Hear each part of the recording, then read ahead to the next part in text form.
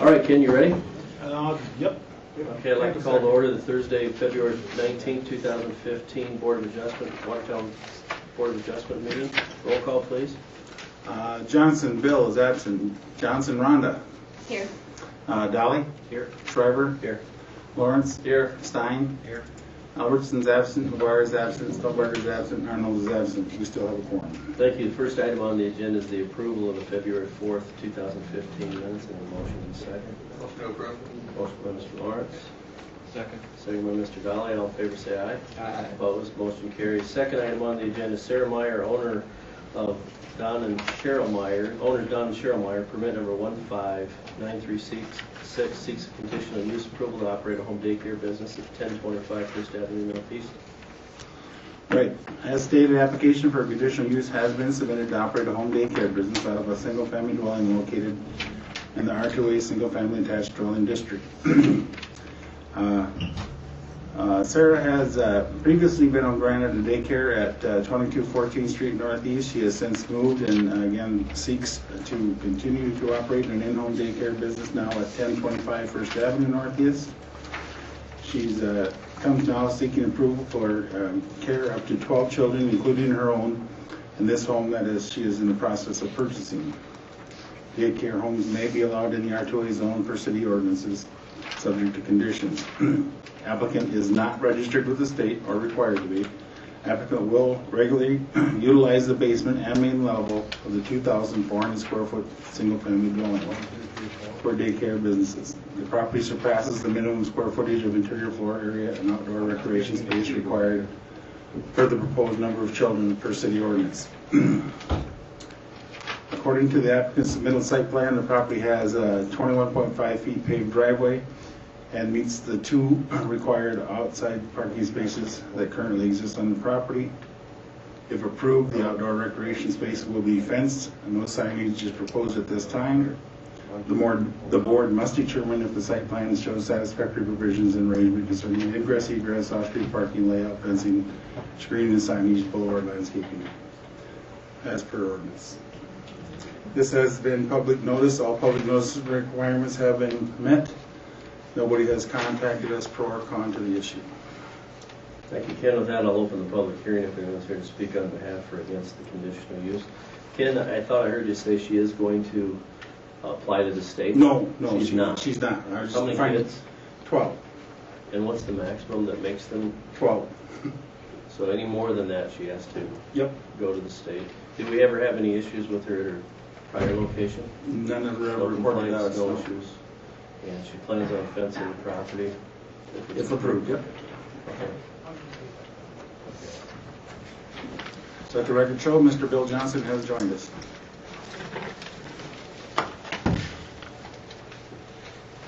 Anyone else have any questions while I have it open? With that, I'll close the public hearing and ask for a motion in a second for discussion. I'll make a motion to approve. Motion by Mr. Dolly. Second. I'll second. Second by Mr. Lawrence. Any further discussion? Seeing none, I'll ask for a vote. All in favor say aye. Aye. Opposed? Motion carries. Third item on the agenda, Marty Birch. Permit number 15937 seeks conditional use to allow for warehouse or storage units or contractor shops and storage yards on C3 Highway Commercial at 1622 3rd Avenue Southeast.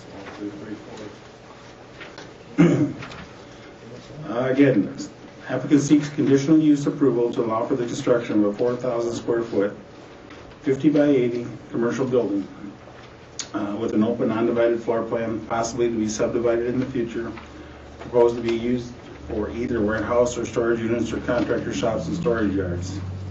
Applicant submitted the attached site plan in addition to compliance with 210202 2B 6A through H and so and sidewalk regulations. The property is also subject to compliance with off-street parking. The submitted site plan does not show off-street parking spaces, aisles, layout. Sufficient area does exist to meet the requirements. The required sidewalk, trail, curb, gutter, 15-foot grass boulevard with 2 to 3 trees are not shown on the submitted site plan. The applicant has not requested variances from the requirements and has agreed to sign the waiver of right to protest for fulfillment of these requirements. Concurrent with the right-of-way improvements, lighting, signage, refuge, etc. The proposed parcel is legally described subdivision, not a platted lot. East Acres Addition was platted into blocks but not lots. The proposed parcel complies with the C3 zone area and width requirements, but lacks the infrastructure as stated above. Of note, in October 2014, the 13th Avenue South right-of-way was reduced from 80 feet to 66 foot in width, pursuant to the petition to vacate 7 feet of the right-of-way on either side. The board must consider satisfactory provision arrangement hasn't been made. We should have just rezoned this area to I-1 and been done with it. You know, if we're going to keep getting these things. Yeah, this is an area that, did you say it had been platted or had not?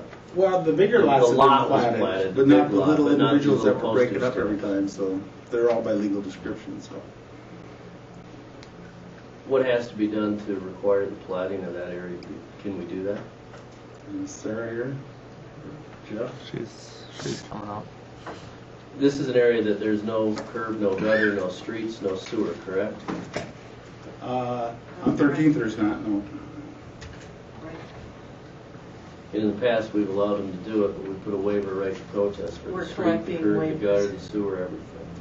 Right, and actually, I put this on the agenda for the Plan Commission to see Okay. if you'd like to move forward with a, at least looking into an assessment project. The staff can't initiate that, but it may be appropriate. There's so much development going in here, and each developer on his own, and we're just gathering petitions, or not, excuse me, waivers. It'd be nice to just have everything in, just like a regular subdivision, get everything designed appropriately, put in drainage, sewer, But it enhance the value and it allows some people to, would drive the There's probably cost people that of the wanna do- lots up. right, but there's probably people that would like to put sewer and water in, rather than make it all cold storage. Yeah, that's why we're asking for a storage area, warehouse, and contractor shop now. So at the time when the sewer and water goes in and they connect up, they don't got to come back and ask for the contractor shop. His intention now will be cold storage because he has no sewer and water, but if he has the conditional use, that water goes in, he can turn it into a contractor incubator shop. Correct. Okay. With that, I'll open the public hearing if anyone's here to speak on behalf or against it. I think And I'm sorry, this was public. Everybody's Notice I have been requested now. and nobody's contacted us. right now his intention is just to put cold storage for personal use. Yep, But in the future, he may subdivide it based on how that area develops. correct. How many other units like this do we have out there?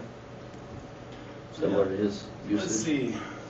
I mean, I'm There's sure. one up there, one up there. There's proposal for one to go there. Is there one there? I think there's one there already. And I've been contacted by most of these people in one way or another towards that. I'm sure they all like to get moving on it. All right. If no one else is here to speak in the public, I'll close the public hearing and ask for a motion and a second for discussion.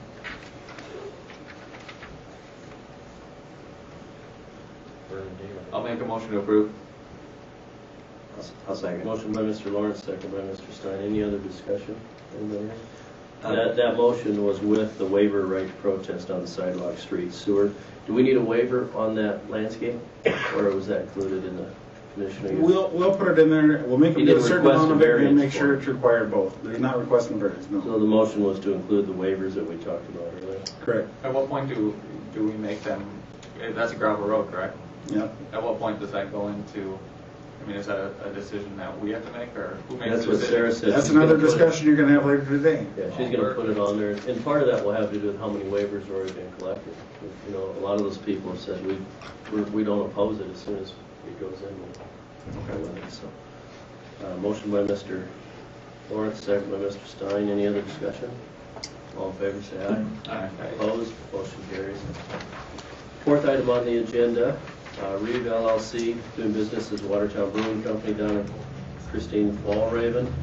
Seek a conditional use permit for microbrewery and pub at 113 East Kemp in C1 Commercial District.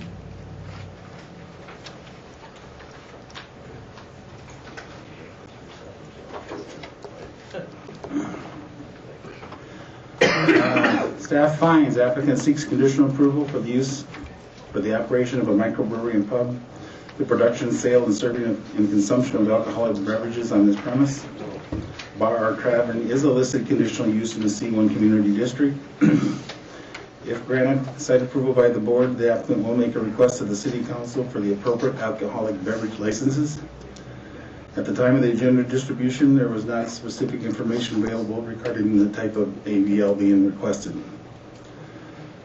Note, recent changes at 2.01022, ordinance 1502 effective Q13 of 2015, means that this parcel is not subject to the requirement that we used to have up here where we had to be the 100 feet away. We changed that in the C1 and the C3 districts, so we no longer have to go out and verify that he's within 100 yards or not, so that's section is mute, just FYI.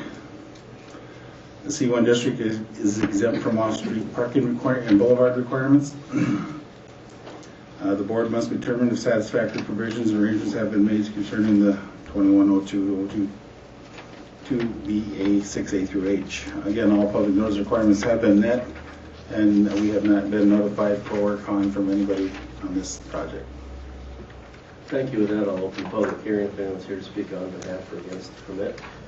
Can all of these come before us because there's a beer wine? Correct. So Now, the other thing we got to do is if you do make a commitment, yes, sir, you do want to make sure that we verify that it either covers the whole property or part of the property or whatever. So the whole. Yeah. In this particular case, I would recommend the whole property, but. And this is the old Pond's Bakery, if I'm not. That's correct. In the uptown area. We used to have to double check it wasn't within 300 feet of a church or school, but we just changed that ordinance in the C1 and the C3, but left it in the C2, which is neighborhood commercial. In the applicant is 113 East Kemp, which is the actual lot that's in red there. Correct. What's right next to it would be the west? Is that an alley? Okay. Yeah. Well, it used to be an alley, but now it's our public bathroom. Oh, okay. I think I see Christine there. Can you come up, Christine, and tell us a little bit about what you're going to do?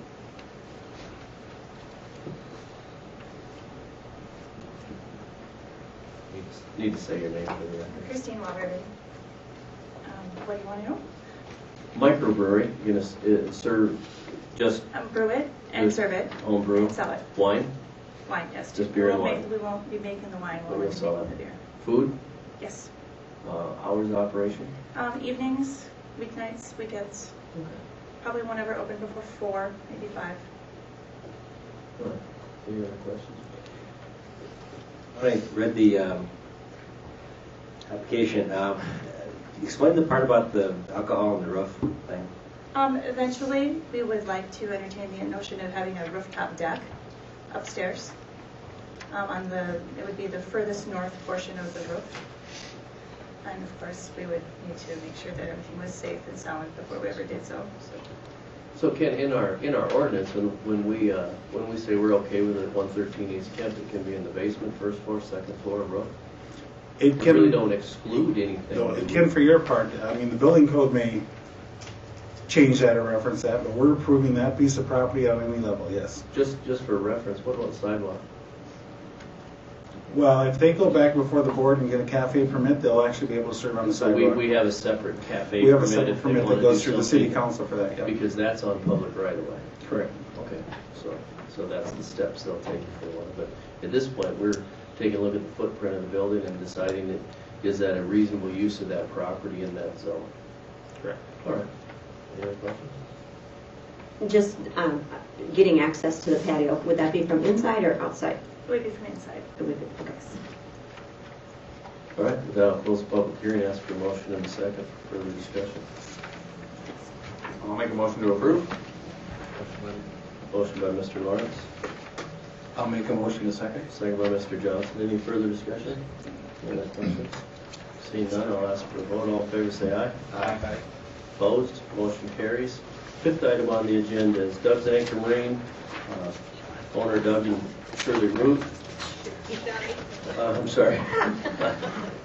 That's all right. Shelley. I like Permit number 15935 appeal the terms. Would like to Allow for a new non-conforming steel building to be connected to an existing non-conforming building located in the C3 Highway Commercial District at 1556 North Highway 20. Again, an application was submitted to construct a non-conforming 22,800 square foot, 120 by 180 steel building to be constructed connected to an existing non-conforming 3,250 square foot commercial building on approximately 5.58 acre parcel. Proposed steel structure requested to be constructed 10 feet from the side to east property line where a minimum of 20 is required, and 20.9 feet from the front northeasterly property line where a minimum of 40 is required. The existing 3,250 square foot non-conforming building is currently approximately 13 feet from the front northeasterly property line where a minimum of 40 is required. Again, that's just saying the new building, proposed building is going to connect to this existing building, and everything. This last part is just verifying where that one currently sits. A little bit of history here. 1993, the South Dakota DOT permit for access to the approach. So the applicant does have a permit from the state to come down the front of this area here, in front of the buildings for access to that. It's just part of the structure from the state. In 1994, the Board of Adjustment granted variances for the mobile home. As you can see, there's well, you can't see, but there's a mobile home right there, but that was through Board of Adjustments. That was granted for that to stay and remain. In 2009, the Board of Adjustment granted special exception variances to construct a 24 by 48 auto repair shop. So actually at that time we granted a variance to do an addition on there. And in 2014, Mr. Root annexed and rezoned from the county from I-1 to C3. Presently, Mr. Root is in the process for replatting for the Root addition. If platting should fail, a development lot agreement will be required. The proposed non-conforming 22,800 square feet steel building will house a showroom, restrooms, offices, kitchen, rigging, and detailed areas for the floor plan. This is a mixed-use property, variance from 21, that's the mobile home that was talking about for mixed-use. 210303 to place the mobile home in residential use on the I-1 zone property behind the existing commercial building was granted on 8/5/94. Staff recommends an ordinance requires hard surfacing access and parking for the new structure, the existing north of the building and access. This parcel lacks standard boulevard and infrastructure requirements. Boulevard trees, the applicant has not requested variance from those. I suggest, I think we might have a waiver at road protest for what we did before, but if we didn't, we'll do it again. But with the access the DOT's granted, the state highway and everything else, there really is not going to be any boulevard stuff that he can actually do in this area. And again, this was public notice. All public notice requirements have been met, and we have not heard pro or con from anybody for or against this issue. Thank you. So you recommended a waiver right to protest for landscape, is that it? Yeah, we might even have one on file, you can check, but if we haven't, we should have it in the record. If something changes there entirely and they want to do it, that he would participate in that. But in the meantime, it's really tough to do anything there. Sounds like this is a regular at our Board of Adjustment. Properties are regular. Yeah, it's definitely He likes you guys. Definitely an odd shape piece of property. With that, I'll open the public hearing if anyone's here to speak on behalf or against the variance. I just have a question. Is there any landscaping at all being put in, or is it all going to be parking lot, or any curb appeal coming in? I mean, just because you are one of the first things that people are going to see on their way into town. Correct. Doug Rook speaking here. Yes, we plan on having it all just parking in the front there. Okay. It's currently mostly chain link across the front of the business already, so that chain link will be set back, and then it'll probably be parking and boats and display of it in that nature of it. Okay. First part of the variance is that 40-foot setback from the front yard. Explain the easement that's up there. We're asking for a 20-foot, almost a 20-foot adjustment to that variance, but there's an easement out there of how many feet? We're really not tight onto that highway. Is it 20 or 24? I believe, if I'm not mistaken, it's 24 feet. So with that easement, you're really at 44 feet. Correct. Already. If you calculate the easement, you're right there, sir. Yeah, so it's one that on paper looks worse than it actually looks on the ground because of that 24-foot easement. And then in the back easement, or the back variance of that 10-foot instead of the 20-foot, that'll line up, basically you're lining up your building with your storage building to the back there. Yeah, and correct, and because we own the 1550 building, it only shadows that corner for just a few feet in that area. Is there a reason that we're just not putting it in the center of your property as opposed to having to get out into the right-of-way? Yeah, and that's a good question. If you can see there where the dot is, there's a permanent building there, and then there's one adjacent to that to the west, and in between that, the EPA made us do a water reclamation. So anyway, our water's pumped out of the ground, comes through the shop, and it goes into this water reclamation thing, and then we pump it back into the building. So that's all in that line. So. And one of the other reasons to get as tight to the east property line as we can is it allows us 35 feet, if I remember right, from our existing building to the new building. And we felt if we got any closer than that, we might end up have some safety issues with large rigs coming and going, semis and that kind of stuff. So we're trying to keep as much space there as we can. And Doug, in the back there, that's where a lot of your storage areas for boats, things that you almost need. You have to have a loop somewhere in there. If we closed off that 35 feet and moved that building over, you'd have to put some sort of a turnaround in the back, where this way it would allow you to come in one side, loop through, and go back in between the buildings. Correct. When we get this building up, that's our intention, is probably to have a one-way parking lot. You'll come in one way and on one side of the building and go out the other side. And if we encroached in any tighter in there, that would force you to come in one way and go out the same. Yeah, and then like you say, it's tough to move around back there. When you have a pickup with a 20, 25, 30 foot trailer behind it, it takes a lot of real estate to get those turned around and back out the other direction. And then, Well, you're going to have to recapture that water in this new shop too, aren't you? Is that going to have to be hooked to that water purification thing? I guess I haven't had that question asked. I don't know what they're going to require us to do.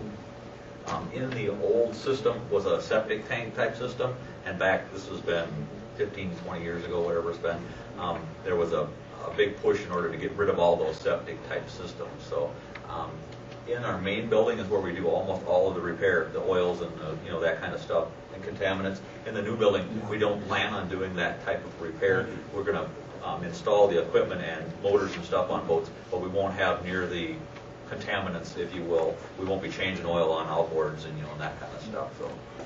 And you own the Brotherhood and Arms building. That's why you're attaching to it? Yes, ma'am.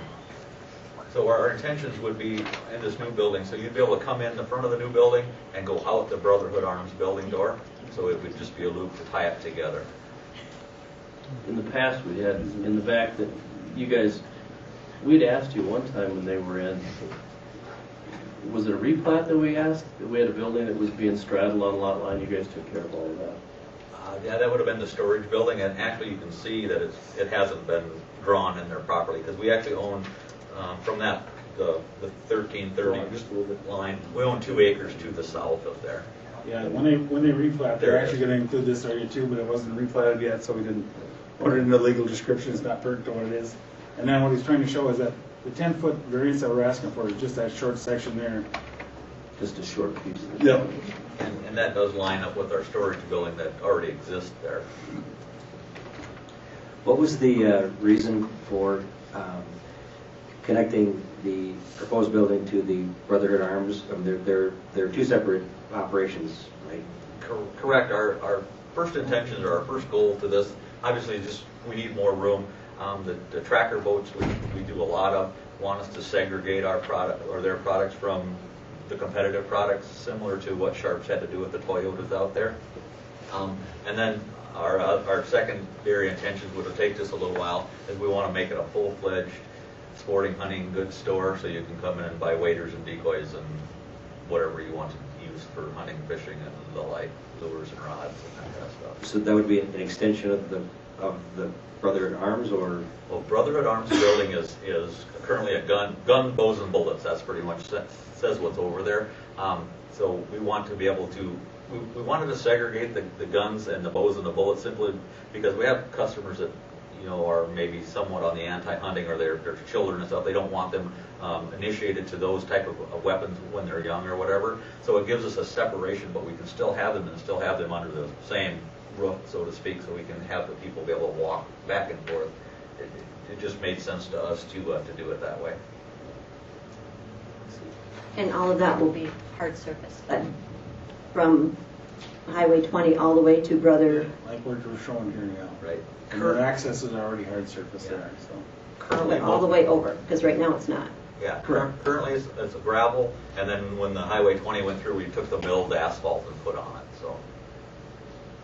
So what will be asphalt then when you're done? Basically, where you're showing the parking area here, And that's asphalt or concrete or chipped asphalt? Just well, it's gonna be asphalt or concrete unless you can Okay. talk Sarah or into something else, so. It'll conform with the current code. Correct. For a hard surfacing Yeah. code. I guess the only issue with the asphalt part of it is simply because of the heavy traffic that goes through there, so maybe we'll figure something out, I guess, as we go. That's what we have to do. Any other questions for Doug while it's up there? Anyone else to speak on behalf or against the conditional use, or, sorry, the variance? With that, I'll close the public hearing, ask for a motion and a second for further discussion. I'll move. Motion by Mr. Stein, Second? second by Mr. Lawrence. Any further discussion? Yeah, I guess I do have one more question. The trailer house, is that occupied by a renter? Or, Yes, ma'am, it is. and could we bargain and get rid of the non-conforming use there and ask that the trailer house be moved so that we're, in compliance with one thing or the other? Well, we will displace somebody that's living there, I guess. The other issue is it would have to be either, you can't really see it on there, but where the 20 and Highway 20 is on that picture, there's a tree that's 3 times as big as this desk that we're sitting at in the base. That would either have to be taken down to be able to get the trailer house, or totally destroy the trailer house to get it out of there. It's kind of stuck there. You can't take it to the south? Right here, there's Yeah. a huge tree. Yeah, can't you go the other way? This is all fence and everything in there, and there's also some water drainage in that area. The other thing with the tree, when you think of a normal trailer house, a trailer, would have wheels and such. The people that had this trailer house prior basically gutted the whole trailer, put 2x6 substructures. They made a house, if you will, out of it. It's got sheetrock walls, and so they made it as close to a house as they could.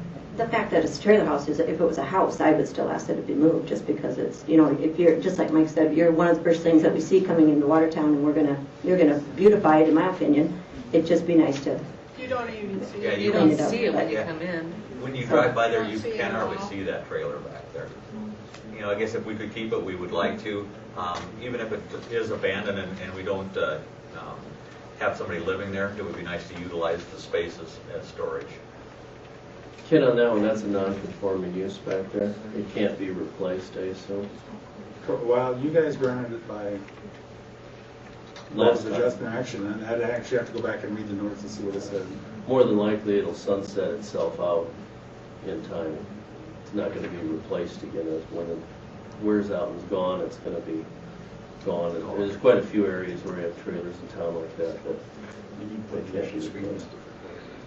I guess if it would help to appease you, we needed to put a privacy fence or some kind of way to keep the public view out of there, we would. I mean, it has some of that now, but we could put fencing or whatever up. That would help. Is this trailer you're talking about, is that right in the middle of the property? Excuse me? Is the trailer right in the middle of the property? It's tucked back behind that Brotherhood Arms Oh, building. on the edge. Yeah, right there. Oh, okay. You see the big tree I was talking about? It's pretty tough to see though. But as a trailer house in that property, for him to be able to replace that someday, he would have to come back before us again. I believe so, but I need to see the minutes of the meeting when we granted it. Any other discussion?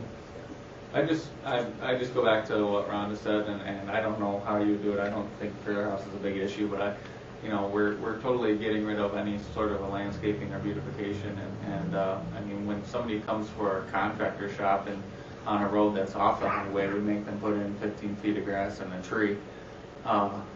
And we have the gateway to our city, an entrance to our city, and we're going to have a parking lot and a whole bunch of boats. And don't get me wrong, I love boats, I got one myself, but some sort of because like I said, we had a contractor shop come in and we denied him because he wouldn't have 15 feet of trees.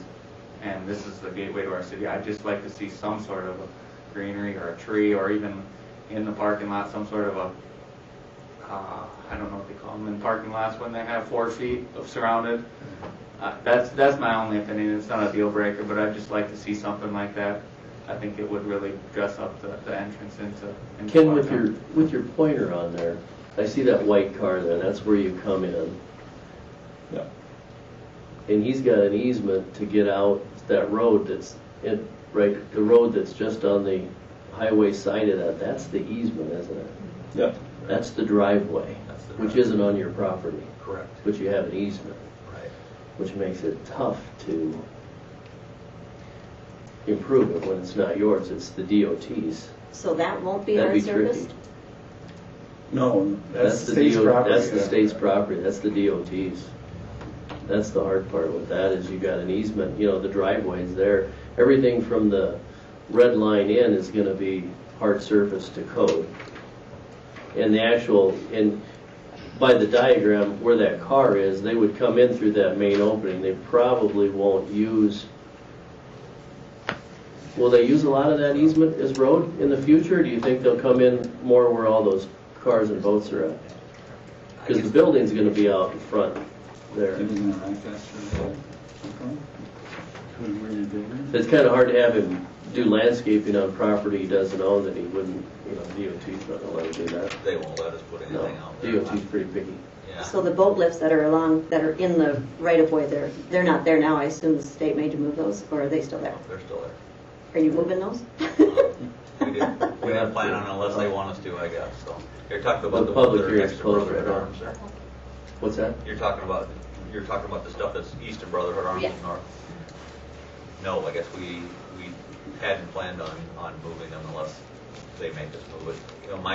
My understanding was the easement went all the way in front of that store, and I could be wrong. The easement doesn't show that on our paperwork here. I'm not sure where that starts and stops, but Yeah, but it's always kind of tricky a person can't improve on an easement because you don't own it. But it's there, it's part of the property. But I guess my opinion is there's a whole lot of area there that's going to be hard surface that wasn't hard surface before. It's going to look significantly better. I think it doesn't look bad now, but I think it's going to look, the look's going to improve a lot when the new building goes up, because the building in and of itself is going to look nice. It's going to attach to Brotherhood Arms. It's going to be right close to the current Marine building and be hard surfaced. And I'm not disagreeing with you, Pat. I have a hard time when we make somebody off of a side street. I mean, even if you could do some sort of in the parking lot, some planter bunks or something. I mean, it's the entrance to our city, and it's going to be a parking lot. You look at Duco, and they have green in front of them, and then we get to you, and it's just all hard surface. It's not a deal breaker, in my opinion. It's just something that I would like to see. And I understand where you're coming from. One of the issues that we have with boxes and curbs and stuff, it does create somewhat of a safety hazard if you've got some big rig turning around or snow removal, that kind of stuff. We do face a few issues on that type of stuff. I guess I'm not sure how we would, if we could, or how we would put something like that in to make it pretty. Our intentions are to have the front of the store, I guess I'll throw the word out there. Tracker is a Bass Pro affiliate. Our intentions are to have it look something similar to a Bass Pro shop. It'll be a very attractive building if we could pull it off with those people. So that's kind of our intention. To Mike's point, I mean, is there any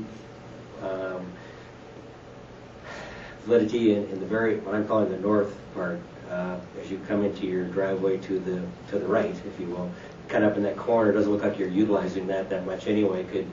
Could we do something there as far as again, throwing some trees or some grass or something in there in that area to, again, because that would be the traffic side coming into Watertown. Sure. And make some attempt at the greenery aspect of it. One of the things that happens, of course, when you employee parking, that's what you see in the line of cars is where the employees park. The other thing is, and it happens a lot, it happens again today, the semis that can't make that corner where that white car is, they come almost clear to our building and drive out the corner. When we have boats come in, they come in where that white car is, come towards our building, end up facing north, and then they back all the way down along that west side of the building until they get to this area where there's a vertical hoist to lift the boats off. So there needs to be some unstructured area, some area that's unobstructed in order to be able to have the machinery be able to move through there. With the new loop you're talking about through the parking lot, wouldn't that accommodate that though? The only problem is it takes a lot of space to turn a semi full of boats around. You know, they just can't make the corners that would be, the corners would basically be, I think, too tight for them to come around. One of the reasons we make them back down there is in the overlay that you see now, they simply can't make those corners. They're just too tight. It just takes too much real estate to get to the turn. And the semis are too heavy to go over the backside, because that's where all the drainage goes from into the septic tanks, where we refine our water. Yeah, so all of our plumbing comes out of the tail end of the south of that building into that reclamation thing. So, and there's a water drain and stuff there, so semis get pretty heavy for that kind of stuff. Will that area to the north be hard surfaced, where we're talking right now? You know, we're starting to hard surface a lot of area out there. So you weren't planning to, you were just right in The parking front. area is all going to be Just hard surface. the You can put parking. that one back on. It's the parking and the access is what's required, yeah.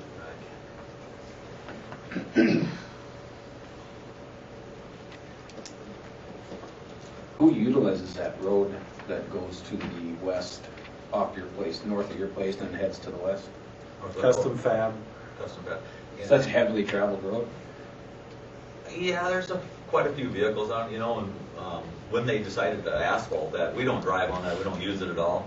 That cost me over $10,000 for my share of that road, and I don't drive on it. So we have done some improvements that we don't get any credit for, but yeah, it's just custom fab and Duco and, you know, all those places down the road. So, Kane, whoever's out that way, yeah. Getting back to the turning radius of the large semis and trucks that you indicate need to have that, again, what I'm referring to is north, that might be west. Yeah, it's kind of jogged in there. So. Would putting, even a 10, 15 foot, grass area with some trees, would that negatively impact that? I mean, do they go right up to the road now? I mean, there's no elbow room in there to throw some grass or something in there? Or some trees? What, can you tell me what area you're I'm talking about right up in there. Yeah. Right in there? Yeah, right in that kind of that little neck in there. Yeah.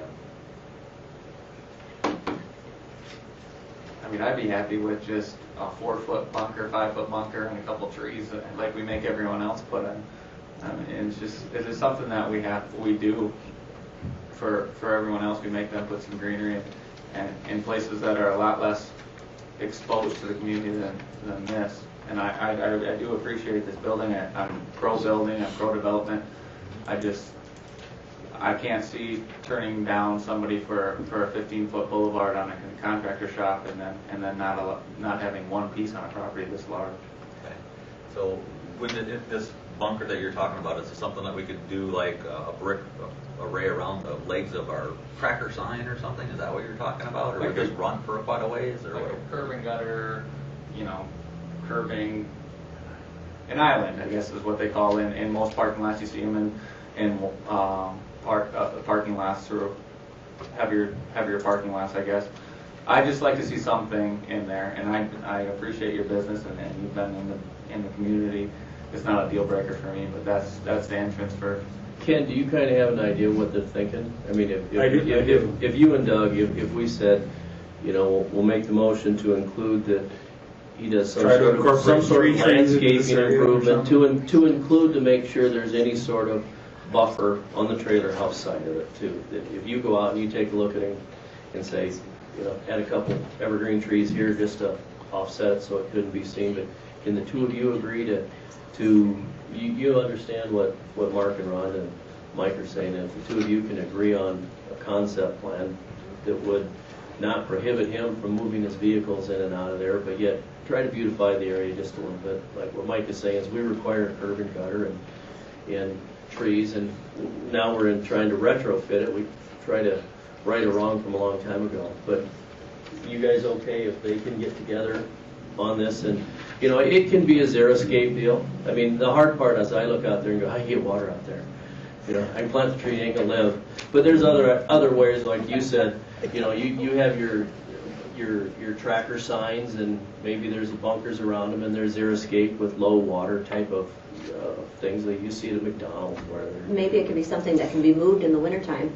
That, like you're saying, a bunker, or you know, that you pick it up with a bobcat, move it out of the way for winter snow removal. But as long as the two of you can get together and you understand what the idea is yeah. to say, we just want to kind of look nice when you come into the city. And the one thing I know for sure is the amount of money you're putting into that property, you want it to look nice too. So Yeah, that's our goal. I'm comfortable with the two of you can kind of get together. You guys are comfortable with it. Yeah, I'd agree with that. I just, like I said, it's not a deal breaker. I just like to see something, just because it is one of the first businesses that come. It'll look nice. I'm sure.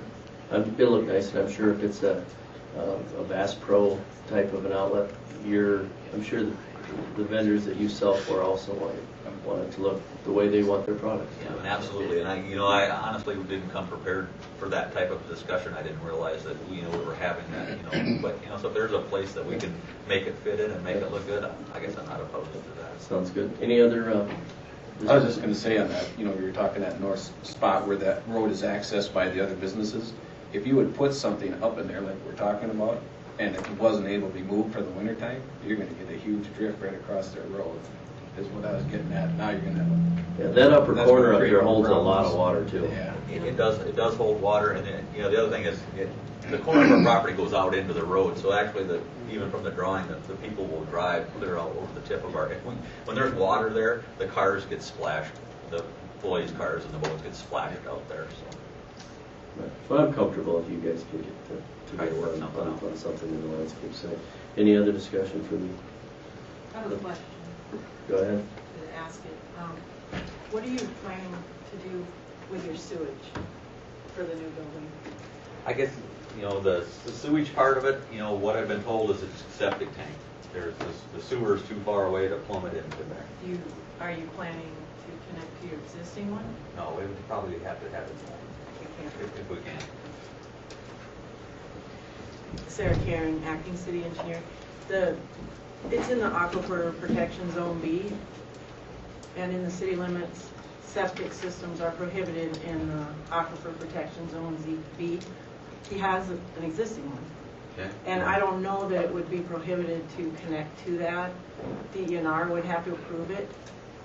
But for our purposes, if this were brand new and nothing on the land, we would require a sealed holding tank.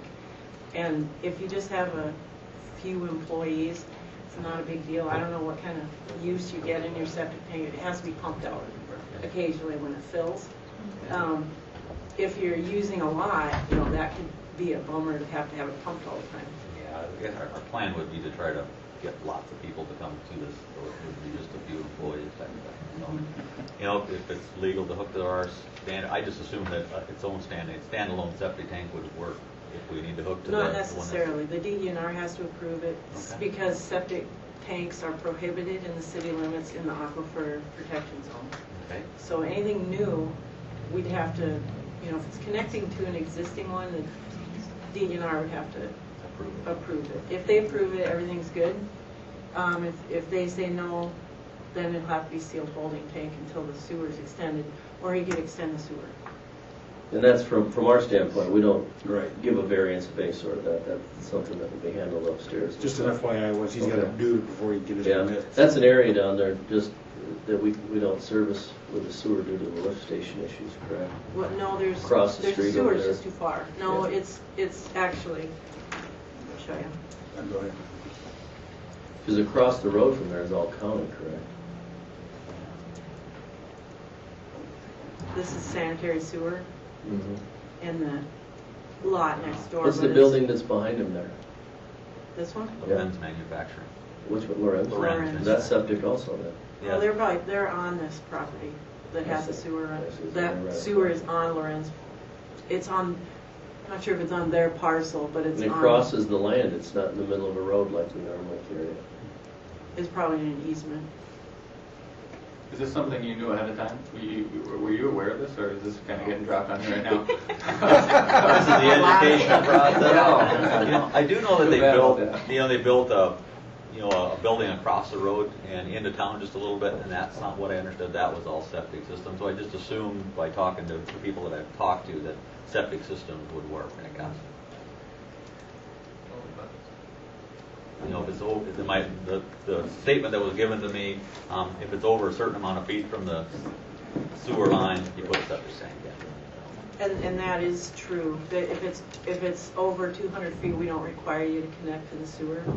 But this is the aquifer protection zone, which has additional requirements. And everything in that area is in the aquifer protection zone. So a sealed holding tank is probably not more, it's probably cheaper than putting in a septic system, except it's more maintenance. You have to pump it. You have to have a septic haul. That can be handled upstairs, we can, correct? Right. I'll have him handle that with you. Right now, we got a motion and a second. And then part of that was that he would work with Ken in regard to try to work with him on some landscaping in that area. Any other discussion? Ask for a vote. All in favor, say aye. Aye. Opposed? Motion carries. Any old business, Ken? Nothing for me. All right, with that, I'll ask for a motion to adjourn. All in favor, say aye. Oh, I'm sorry, I need a motion by Mr. Lawrence, second. By Mrs. Johnston, all in favor, say aye. Opposed, motion carries. All right, Jeff, let me know when you're ready. We'll open up the planning commission meeting.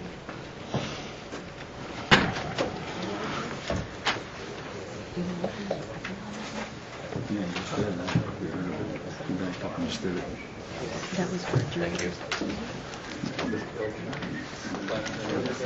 think that was for adjournment, that's why. Pat, did we motioned a second for the approval for Doug Danker Marines? Yeah.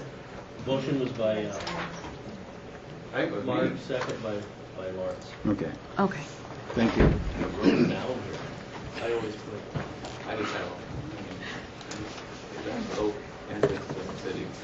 I'm here with some rocks and it would make me happy. Yeah.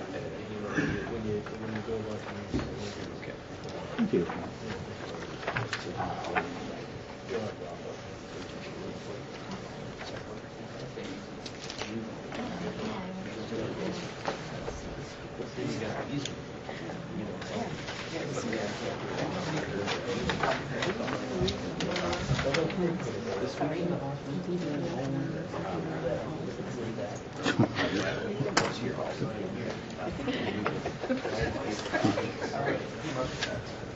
All right.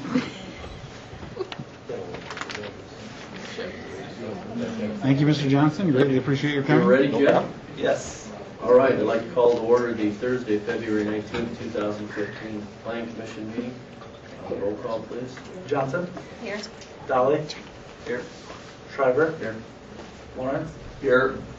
Albertson is absent, McGuire is absent, Stormberger is absent, and Arnold is absent. We have a quorum. First item is a modification of the agenda. We are going to remove item number 6 from the agenda. And I'll ask for a motion and a second to approve the agenda. Make a motion to approve. Motion by Mr. Dolly, Second. second by Mrs. Johnson. By hand notice. All in favor, say aye. Aye. Opposed, motion carries. First item is the approval of minutes from the January 22nd, 2015 Planning Commission meeting. Motion Approved. by Mr. Lawrence, second by Mr. Dolly. All in favor, say aye. Aye. Opposed, motion carries. Third item on the agenda is the approval of the minutes from the February 4th, 2015 Planning Commission meeting. Approved. Motion by Mr. Lawrence, second by Mr. Dolly. All in favor, say aye. Aye. Opposed, motion carried. Fourth item, Cax Edition rezone. We received a petition from the landowner to rezone these 12 lots that I have highlighted in red. They are currently zoned R1, single family residential, and petitioner would like them to be rezoned to R2, single-family attached residential. They're requesting this because they would like to facilitate twin homes on these lots. These lots are all large enough to be zoned R2. Immediately adjacent to the property, there is some R2 to the north, some agriculture to the north. There's R1 to the south, and county land to the east and the west. The other lots that are immediately adjacent to it, that are within this development, have not yet developed, and they're still owned by the petitioner. And public notices were sent. We didn't get any feedback back. Thank you. The only question I had, I'll open the public hearing if anyone's here to discuss it. The only thing I had is, because we're going to a more dense zone, as long as those lots across the street that are zoned R1 haven't been sold anyway. It sounds like they have not. No, they haven't. I looked on the Okay. county. That's the only thing I always worry, is that if somebody had bought one of those and thought I was going to have a single-family home across the street, and then now I'm going to have that twin home. But in this case, that's not the issue. Nope. Okay. Anyone else have anything for the public? Anyone here to speak on behalf or against it? And they're all correct size, and we're not bringing in any non-conforming R2 lots and anything of that sort. They all meet the minimum R2 requirement. Okay, with that, I'll close the public hearing. Ask for a motion in a second. Make a motion to approve. Motion by Mr. Lawrence. Second by Mrs. Johnson. Any further discussion? All in favor, say aye. Aye. Opposed? Motion carries. Fifth item on the agenda is the Max Estate Concept Plan discussion, and there will be no action on this. This is just discussion, correct? Yeah, this is just a concept Thanks plan. for hanging out, Steve. If this is just a concept plan, and a concept plan does not require action.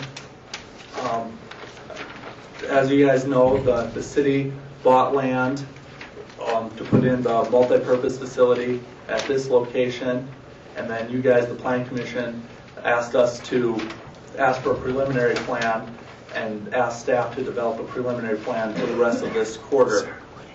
So we've drawn up two potential proposals, and we did have a design review team meeting to discuss those. And I'll get to the design review team's comments, but first I'm going to just list a few facts about the property. The property is mostly unannexed, except for, of course, where the multi-purpose facility will go. That has been annexed. The property will be able to be served with sewer, water, gas, and utilities. There is a floodplain and floodway where 15th Street will be, and the city is working on getting approval from FEMA to build in 15th Street. There is a natural drainage way that goes through the property, and one of our proposals, this one, shows leaving that drainage way open. We have another proposal that eliminates it, but there is a natural drainage way there. And there, according to the Park and Rec's trail plan, they do show a 10-foot path going up 11th Street, and they show a path going along this drainage way. Some comments that the design review team had. They liked this curvilineal design better because it kept the drainage way. We had the roads that had 60 feet of right-of-way, as the comp plan says is the minimum standard. The design review team would like to see 66 feet of right-of-way. They would like to see that for all local roads. The design review team stated that there needs to be water quality and quantity facilities shown on the map, and those calculations still need to be done, and they'll be done before it gets to the preliminary plan.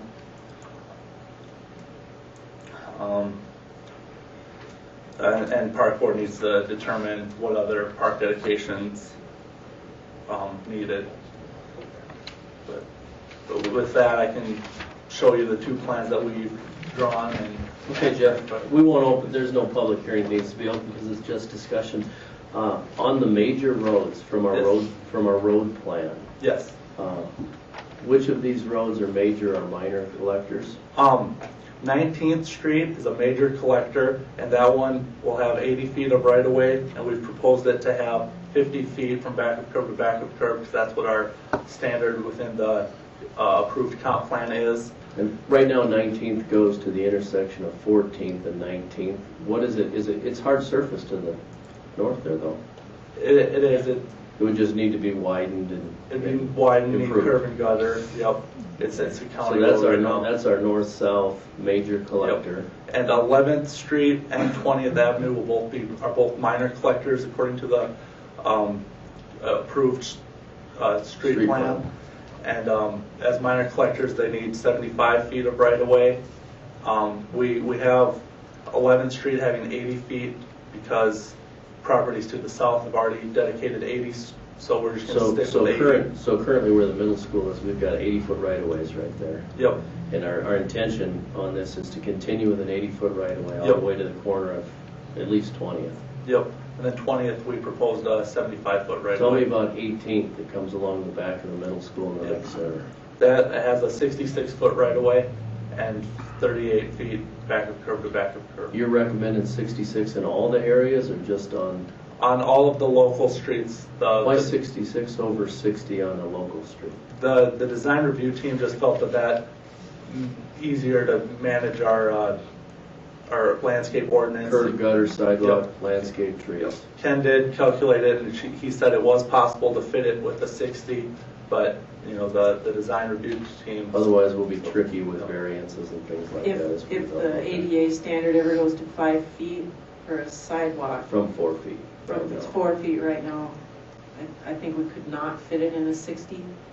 And, I mean, this is, And if we plat this thing out and it doesn't develop right away and that changes, then now we're stuck with 60-foot right-of-ways and where 66 would have been. What's the developers think? I mean, it was just total opinion of how bad is a developer going to squat giving us an extra 3 feet on each side of the road? Ken's shaking his head. You're thinking they're not going to like that. They're going to squawk. Okay.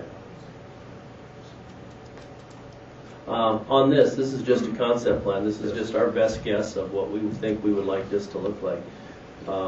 Your best guess, I personally, I don't like the grid layout as well. It looks old school, I guess. What's your best guess on which direction this will develop from? From 19th or from 11th? Well, It's obviously going to go to the north, but from east or west. Our biggest concern on this board has always been the intersection of, 18th there? 18th and 19th there, right north of Yep. Block 9. Yep. That's a big drainage area. There's culverts there. Our concern always was, how long is it going to take for that intersection to take place? Because a lot of that traffic will loop to the north of those two large properties. Yeah, and that drainage area is why this road curved down, so it could get below the drainage. But currently, the Mac Estates Edition Lot 1, I believe, is not in the city limits. Whereas the middle school, the multipurpose facility, and Hosanna Church Edition are all in the city limits. So, and as you guys know, property has to be adjacent to city limits to be requested to annex in. So, I mean, in order to Block 9 to be, other annexations would have to occur first. Our fear was that's always going to be, that's the lowest piece of property, not the lowest valued. I mean, there could be quite a bit of value on there. You question whether or not, as you go south on 19th, south of the intersection of 14th and 19th, there's some commercial down there. I mean, I wouldn't be surprised to see some neighborhood commercial type of development to be on 19th as it approaches to the north. that's what this is showing. It's hard to see, but Jeff, you want to tell them what you got for zoning? Yeah, the zoning has been updated than what was on this plan from the design review team, but the design review team had Block 9 zoned C2, and then the green that's adjacent to the Collector streets would be zoned R3. Then we would have some R2 in blocks 12 and 13, and then the rest of this being R1. And I mean, that was just a proposal. So this is kind of the city staff's concept plan, but we don't own the property. It could be developed completely different than that. By doing a concept plan like this, saying, hey, this is how we envision it, how much direction does that have toward the future? That's completely up to you guys. When a developer comes in and buys 5 acres and wants to develop it, you can hold to this plan, or they could do another plan, or they would ask you if they could do something else. How many acres do you have there that's lotted out, do you estimate that is? That's approximately 100 acres. About 100 acres up there. How far is the corner? Because as I look at from a major collector, where we got 20th, our next real major collector is 28th, I think, up near the tree farm, much further north of there. Sounds about right. 26. No south. Going by the bus barn, 26. Where's the Block tree farm? 15 on that would be right across the road from the tree farm. The tree farm's right at that corner. Of 20th up there. Yeah, it would be Okay. on the other corner. of 20. That's going to be a busy road. Yeah, in And all if reality, why don't you could point look, it out there? Because where does that drop down? That's not going to. The north bypass, it's the next half mile north. another half mile north, and that would. I'm just looking, going right now. You look at 14th. That's how you get 14th Avenue is how you get from Highway 20 to I-29. The next further spot north is if that north bypass ever goes in. That's how you're going to get from Highway 20 to I-29. But right now, all that traffic moves through this general area part of town.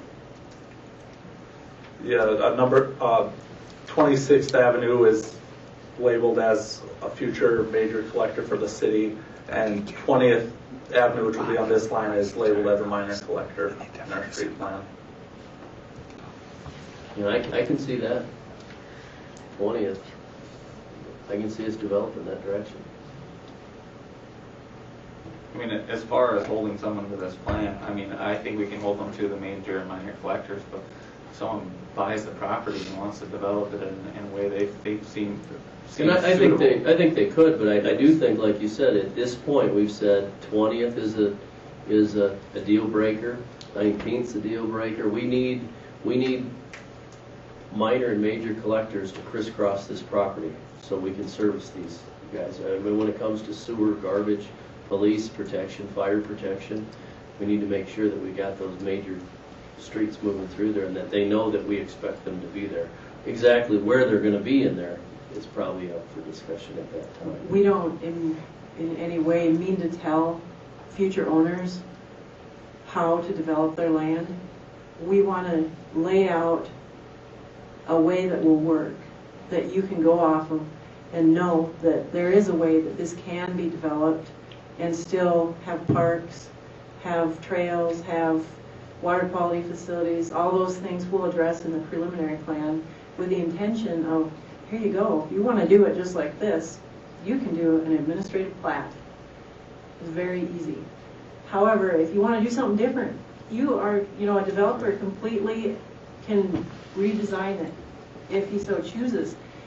But as the Plan Commission, you have the right to say, we think the phasing is off on the area that you are proposing to develop. So let's just say someone wants to develop straight north, or anyway, Block 2, you could do, block 2 over there. You could skip that block and do the block north of it because it's adjacent to the city across the road. But we could say, we really want it to flow correctly. Otherwise, we're going to have beat up roads, right, half streets, things like that. right, exactly. So at least there's a way to make it work smoothly, and we should address that in the preliminary plan, the phasing of which areas should go first, and that can all be revised as development occurs, or if new information happens, a road that you didn't realize would be improved gets improved. That changes things, so you can revisit the preliminary plan and adjust it as you need. And if we we hope to present a preliminary plan that you can look at next month. And if you approve it, that gives people the ability to do administrative plats in here. Otherwise, they have to go through the whole process. So that would actually save the That'll save developers them some money money and by time. us going in. How often do we do this? We've never done this, as far as I know. But what we're trying to avoid is someone buying 10 acres in the middle of it and going, well, I can't possibly do the preliminary plan. I don't own that other land. And it's true. So we've done it for them. We've spent the time and money to do it.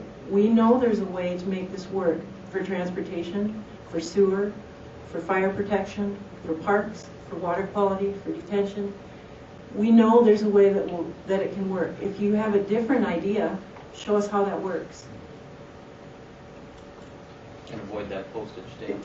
In our comprehensive land use plan, we have this, Luke, you can address this, we have this as a residential area up there. Yeah, this whole quarter is labeled as residential, besides Mac Estates Edition is labeled commercial. So that this- also gives us some teeth. If somebody comes in and says, I want to buy and do something different, our comprehensive land use plan says this part of town, to blend it in with everything else we have, we foresee residential to be there.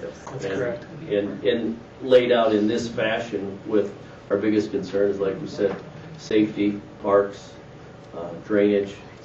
When you get one guy doing one thing, you got a half road, and next thing you know, you've got a large area that there's nothing, and then somebody wants to develop to the north of it and can.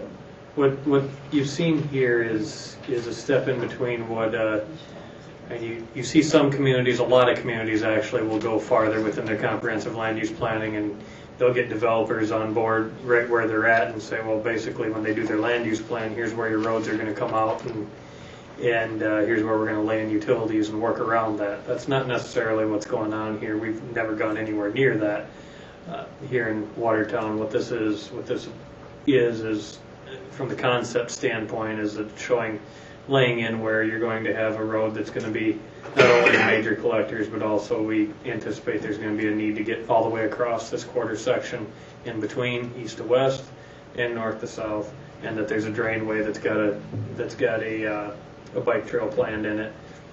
The interior lot lines might get shaken with the Etch-a-Sketch and cleaned out and changed a little bit, but again, like you said, you're giving them an option at this point. We really don't care how that goes. The thing that we care about is that the major streets go in accordance with our comprehensive plan, the major street plan, and that we have areas set aside for things that tend to get pushed off to the end, like the drainage, parks, and we're suggesting some locations for parks, but it's really up to the park board to say where they would want it, and they haven't specifically. And what I'm hoping to accomplish here, the reason we picked this quarter section is the city purchased a big chunk of it, and we, by our own rules, have to do a preliminary plan before we plat that.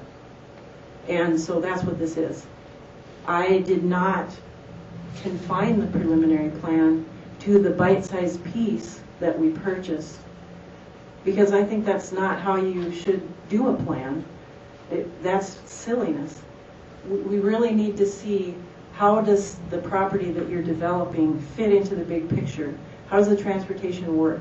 And I think we're going to see the community center cause a great deal of traffic.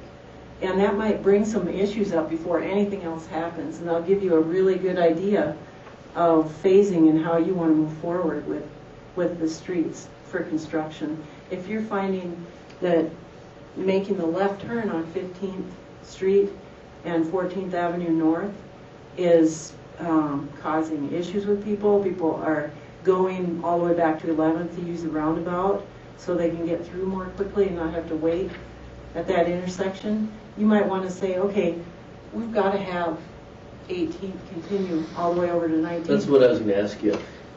Because I think it's extremely important that the city lead by example in this. We've asked so many times for developers, can you guys get together? In this case, we said, hey, we are the major property owner there, and the school district's right next to us. We lead by example and say, this is how it's supposed to be done. This is in a perfect world. This makes our job a lot easier a year, 2, 3, 4 years down the road.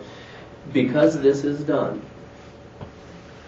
does it in any way allow us to put in 18th, make it easier, to do it and assess it back and anything like that? Yes, I think this is absolutely necessary as the first step in doing that. And if the city, the council, decided that that road was important enough that they were willing to front the cost for it and defer the cost being paid back until the land around it is developed, that's something the council can do.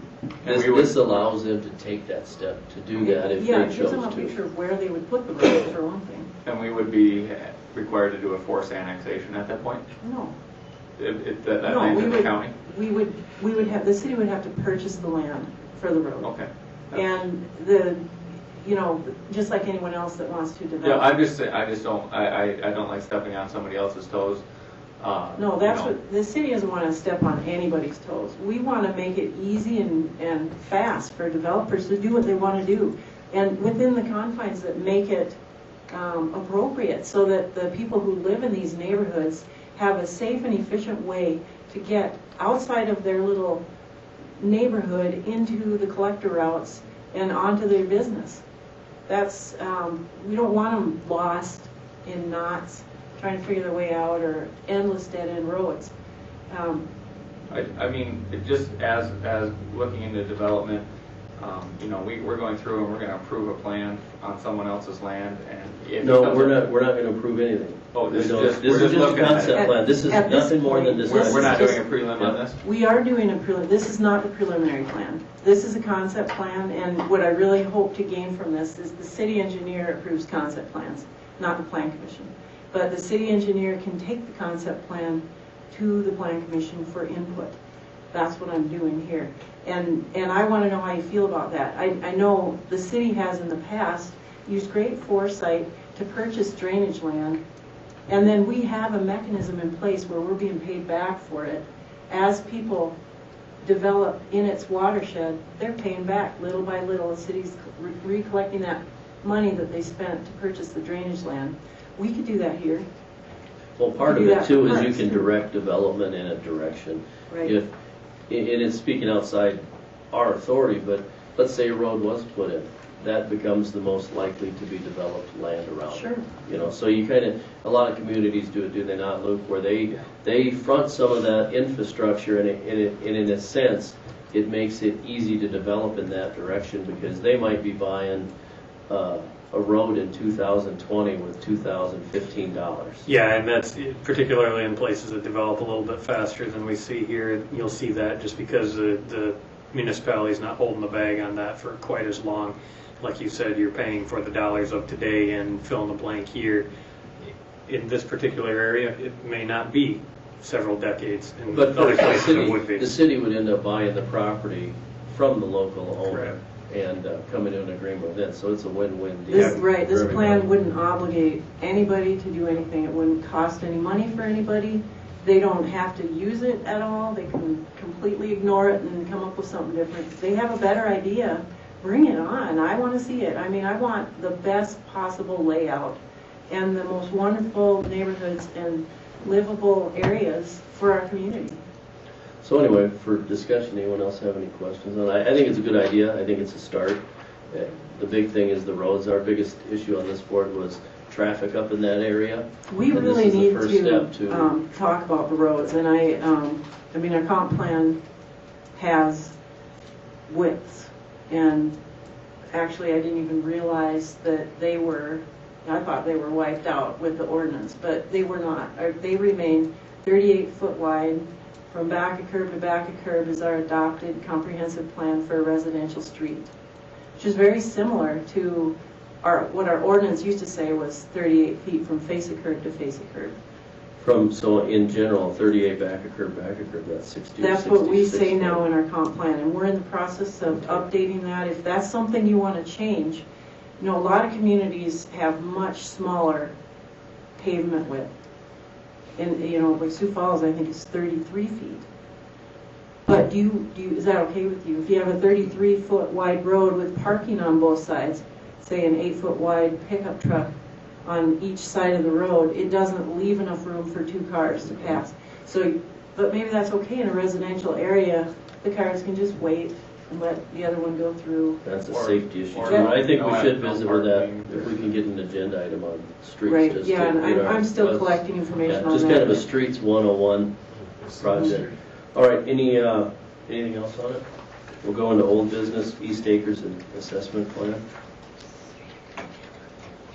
I'll leave that to Sarah when she's ready.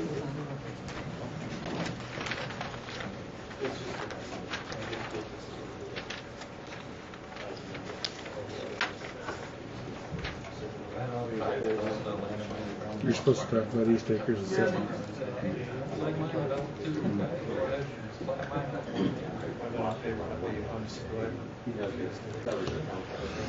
They're gonna have to do a street community.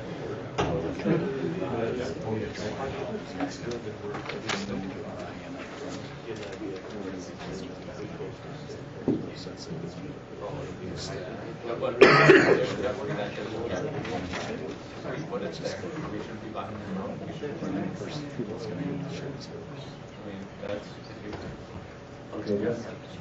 I'm gonna let Sarah take this one if she's ready. Okay, we talked about this a little bit at the Board of Adjustment. East Acres was platted in blocks, probably with the intention that somewhere down the road it would be replatted into lots. And no one bothers to do that because our code doesn't require it. It's been platted, therefore it's platted. You can develop on it. But you have to have improvements too. And we've been, in lieu of improvements, which are expensive for any single developer to do for more than just their own property, it doesn't make sense to do those mid-block or halfway. So we've been collecting waivers of right to protest. We do not have enough waivers of right to protest to form a majority yet, but we have so much interest in this area for people wanting to develop and wanting to put sewers in. And we don't want their sewer services running in the right of way. We want a sewer main in the right of way that they connect to. So how big of an area are we? It's 2 blocks. So from the Plan Commission, we can make a recommendation to the City Council to put in the sewers, curb, gutter, pavement, and it gets, is that what Right, that we're would asking? be to start an assessment project there. Could come from, actually, I don't know, can the Plan Commission do that, or does it have to come from council?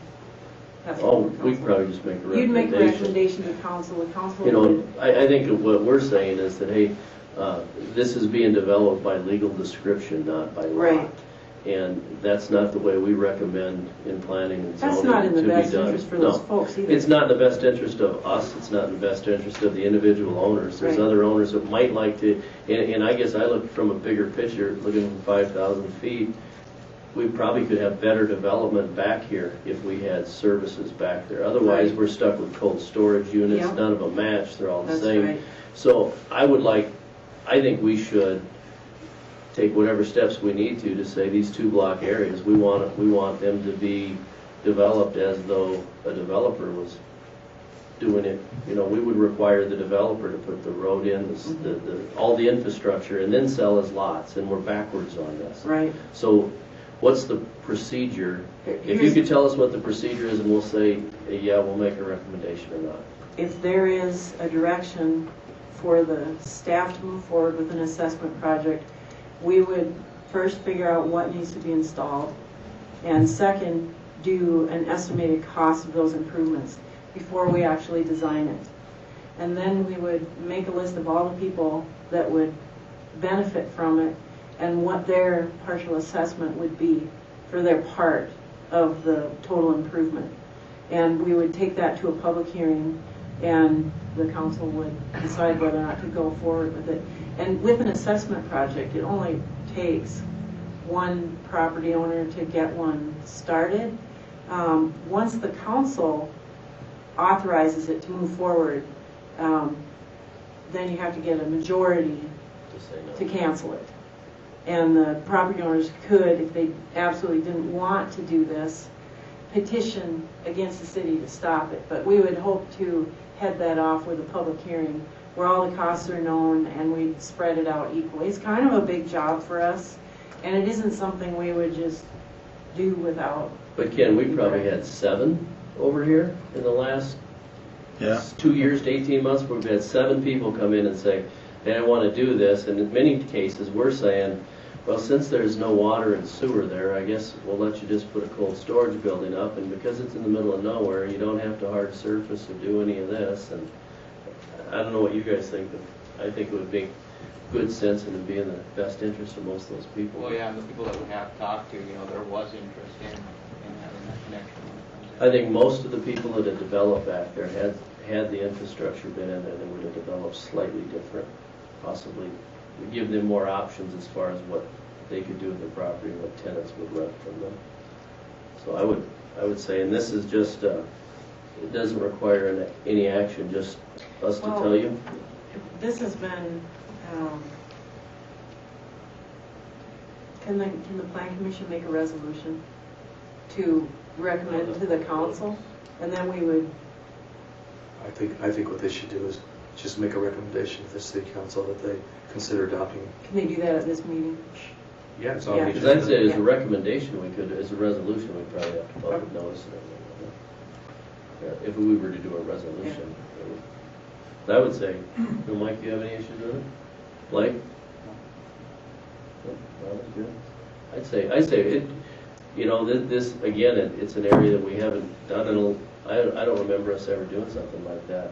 But it's the right thing to do in this area to try to, well, you're just trying to lead the way for it. We want to clean it up. Yep. I mean, it's hard to look those people in the face and say, yeah, you want sewer? Well, you can't put it down our right of way, and we don't have a sewer there. Yeah, There's we don't there, want them no to put it in the sewer. right of way and then do the road, then we end up tearing up a road. But no, I think it's the right thing to do over here. And, Talked about.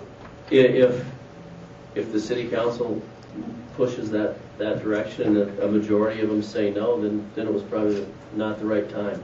But my odds are I don't think the majority of them will say no. All right, anything else? Was there new business you said? There is one item of new business that Ken has for you. I'll be quick. Yep.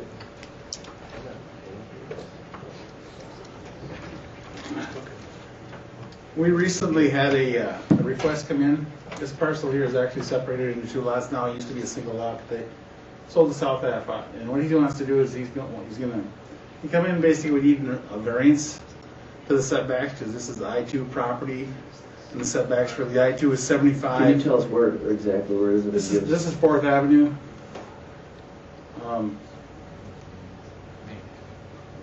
So there's Quaddy Drive. Mr. Stein's business is right here. Okay.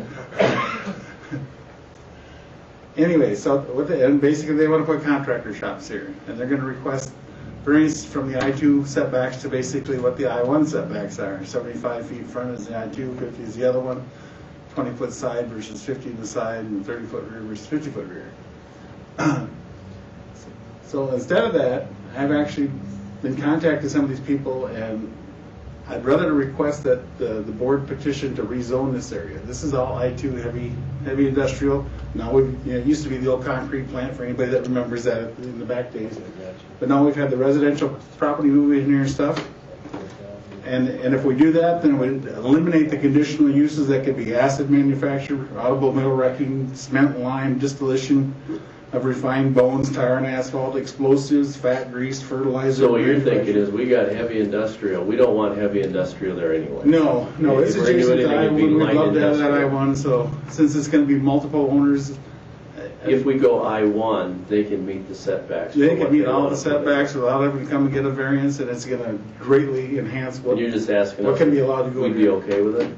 Yeah, I want you guys to actually say that you petition. I think anytime we go from heavy industrial to light industrial inside the city limits is a good idea. Initiate, yeah. We need. I want you guys to initiate if we could, though, so I don't have to go out and bug these other people to try to pay for it. Yeah. You need a motion in a second? Probably. So this is the old concrete plant? I think Walsh had a bunch of trucks parked in there. Yeah, there's still some semis parked in there. There's all chain link fences and everything around there, kind of. And some other fencing, yep. So we could initiate the zoning to go from I-2 heavy industrial to I-1 light industrial. Yep. At that point, if anyone has a problem with it, we've never rezoned if they weren't in favor of it. Right, I've talked to these two, and I've talked to this gentleman already and given the petition, and I think he's like 75%. I'm just waiting for the final answer for him to say yes. And I think he's gonna do it because it makes 30,000 square foot lots versus 220,000 square foot lots. It gives them 50-foot setbacks versus 75 in that triangular piece. And that area's been an eyesore for many, many years. Yep. So, I think it's a plus if we do it. I think it's a good idea. Yep. What about you guys? Sounds good to me. Rhonda, you have some property over in that area, don't you? So you're very familiar with it. Rhonda's right there. I mean, you're, so Bring on the dynamite. as a person who's more familiar with that than most of us, you think that would, we can't say once we go I-1 what's going to be there, but we can say what won't be there as far as. Right, all those other nasty uses, yep. All right. Anything else you need from us? Well, that's Need a it. motion to adjourn? We need a motion and a second to initiate that? Probably be Okay, nice. I'll ask for a motion and a second to initiate the rezoning of that property from I-2 heavy industrial to I-1 light industrial. I'll make a motion. Motion by Mr. Lawrence, second by Mr. Dolly. All in favor, say aye. Motion carries. Motion to adjourn. Thank you. Motion by Mrs. Johnson.